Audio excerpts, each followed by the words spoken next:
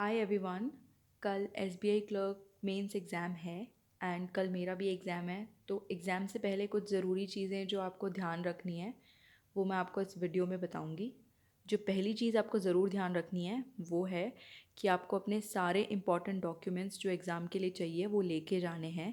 इसमें आपका प्री का एडमिट कार्ड, प्री एग्ज़ाम के वक्त जो आईडी प्रूफ का फ़ोटोकॉपी था वो आएगा, क्योंकि जब मेरा आईबीपीएस पीओ का मेंस एग्ज़ाम था तो कुछ कैंडिडेट्स अपना प्री का एडमिट कार्ड नहीं लेके गए थे एंड उनको एग्ज़ाम नहीं देने दिया था। तो आप अपना प्री का एडमिट कार्ड ज़रूर से लेके जाएं। इसके अलावा आप अपना मेंस का एडमिट कार्ड, आईडी प्रूफ, उसका फ़ोटोकॉपी एंड 3 फ़ोटोग्राफ्स लेके जाएं। आप अपने साथ एक वाटर बॉटल भी लेके जा सकते हैं, क्योंकि मेंस एक लंबी एग्जामिनेशन है एंड एग्ज़ाम के बीच में आपको डिहाइड्रेटेड फील हो सकता है। तो आप अपने साथ एक वाटर बॉटल लेके जाएं एंड हो सके तो ट्रांसपेरेंट वाटर बॉटल लेके जाएं, क्योंकि अगर आपकी बॉटल ट्रांसपेरेंट नहीं है तो शायद आपको सेंटर के अंदर ना लेके जाने दें। इसलिए अपने साथ एक ट्रांसपेरेंट वाटर बॉटल लेके जाएं। जो सेकंड चीज़ आपको ध्यान रखनी है वो है कि आप अपने सेंटर पे अपने रिपोर्टिंग टाइम से 30 मिनट्स या फिर 1 आवर पहले पहुँचें, क्योंकि अगर आपकी डॉक्यूमेंट्स में कोई कमी है या फिर आप फ़ोटोग्राफ कम लाए हो या फिर आपने आईडी की फ़ोटो कॉपी नहीं करवाई है तो सेंटर के आसपास आपको ये सारी फैसिलिटीज़ मिल जाएंगी। इसलिए आप रिपोर्टिंग टाइम से थोड़ा पहले पहुँचें ताकि अपने डॉक्यूमेंट्स में जो भी कमी है वो पूरी कर सकें।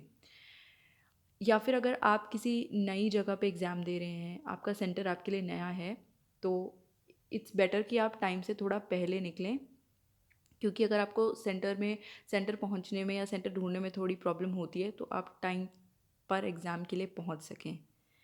एंड आपको एग्ज़ाम से पहले अपने आप को रिलैक्स रखना है, काम रखना है। एंड अगर कोई भी सेंटर पे कुछ नेगेटिव कमेंट्स कर रहा है या फिर कोई भी नेगेटिव बात कर रहा है, आपको उस पर बिल्कुल ध्यान नहीं देना एंड एकदम शांत दिमाग से एग्ज़ाम के लिए जाना है।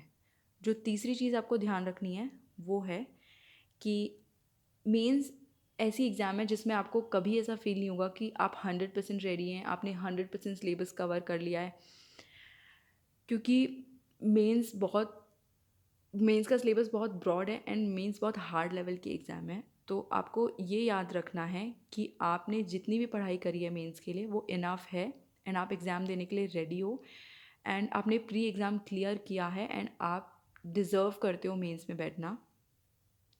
तो आपको अपनी पढ़ाई पे विश्वास रखना है एंड इस एग्ज़ाम में अपना बेस्ट देना है। चौथी चीज़ जो आपको ध्यान रखनी है वो ये है, जो कि बहुत लोग गलती करते हैं और मैंने भी पास्ट में ये गलती की है, कि आपके सामने जब भी कोई सेक्शन खुला तो आप सीक्वेंस वाइज क्वेश्चंस को अटेम्प्ट करना शुरू कर दें, जो कि बिल्कुल भी गलत है। क्योंकि आपके साथ ये हो सकता है कि पहला क्वेश्चन कोई डीआई खुल जाए और वो आप करने के लिए बैठो और वो आपका बहुत सारा टाइम ले ले और शायद वो आपसे बने भी ना। या फिर अगर ऐसा हो सकता है कि शुरुआत के 1-2 क्वेश्चंस आपको ईजी लगे, आप करो एंड उसके बाद कोई हार्ड क्वेश्चन आ जाए और वो आपका बहुत सारा टाइम वेस्ट कर दे।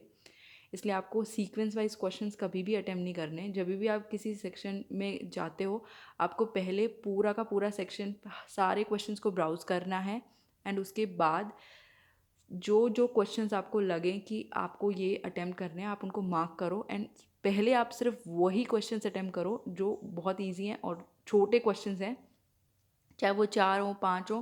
पहले आप छोटे मिसलिनियस क्वेश्चंस अटेम्प्ट करो, उसके बाद आप उन क्वेश्चंस पे जाओ जो बड़े हैं और जो टाइम टेकिंग हैं। फिफ्थ चीज़ जो आपको ध्यान रखनी है वो है कि एसबीआई क्लर्क मेंस के अंदर कोई सेक्शनल कट ऑफ नहीं है। तो अगर आप किसी सेक्शन में वीक हैं तो आपको पैनिक नहीं करना है कि इस सेक्शन में मेरे बहुत कम अटैम्प्ट हुए हैं ये वो, क्योंकि आपको ओवरऑल कट ऑफ क्लियर करनी है। एंड अगर कोई एक सेक्शन आपका वीक है, जैसे कि मेरा भी जीए सेक्शन वीक है, तो आपको उस सेक्शन पे ध्यान नहीं देना है, आपको ये चीज़ पे ध्यान देना है कि आप बाकी के 3 सेक्शंस में ओवरऑल इतने क्वेश्चंस अटैम्प्ट करो कि आप जो ओवरऑल कट ऑफ बनेगी उसको क्लियर कर पाओ। सिक्स चीज़ जो आपको ध्यान रखनी है वो है कि आप एग्ज़ाम करते वक्त आप कट ऑफ के बारे में मत सोचिए या फिर आप ये मत सोचिए कि आपको इतने क्वेश्चन करने हैं उतने क्वेश्चन करने हैं, क्योंकि एग्ज़ाम से पहले आप ये स्ट्रैटेजी नहीं बना सकते कि आपको कितने क्वेश्चन अटैम्प्ट करने हैं, किस सेक्शन में कितने क्वेश्चन निकालने हैं, क्योंकि आपको नहीं पता कि एग्ज़ाम में कौन सा सेक्शन का लेवल क्या आएगा, अगर पेपर मॉडरेट आएगा कि हार्ड आएगा। आप जब एग्ज़ाम दे रहे हों तो आपको सिर्फ ये कोशिश करनी है कि आप अपना बेस्ट अटेम्प्ट्स दे पाएँ। जितने ज़्यादा क्वेश्चंस आप अटेम्प्ट कर सकते हैं एक्यूरेसी के साथ वो कर पाएँ, क्योंकि बहुत सारे बच्चे ऐसा करते हैं कि जीए में बहुत सारे क्वेश्चंस अटेम्प्ट कर देते हैं एंड उससे उनकी ओवरऑल जो कट ऑफ होती है उसके अंदर नेगेटिव चले जाते हैं मार्क्स, एंड जो मार्क्स उनके आने चाहिए वो उससे भी कम हो जाते हैं। इसलिए आप कोशिश कीजिए कि आप जितने भी क्वेश्चन अटेम्प्ट कर पाएँ आप एक्यूरेसी के साथ अटेम्प्ट करें एंड अपना बेस्ट दें एग्ज़ाम में। And lastly, all the best to all of you and just do great, क्योंकि SBI PO का अभी रिज़ल्ट नहीं आया है। आप इस एग्ज़ाम को ऐसे ट्रीट कीजिए कि ये आपके साल का लास्ट एग्ज़ाम है एंड इसमें आपको अपना बेस्ट परफॉर्म करना है। Thank you.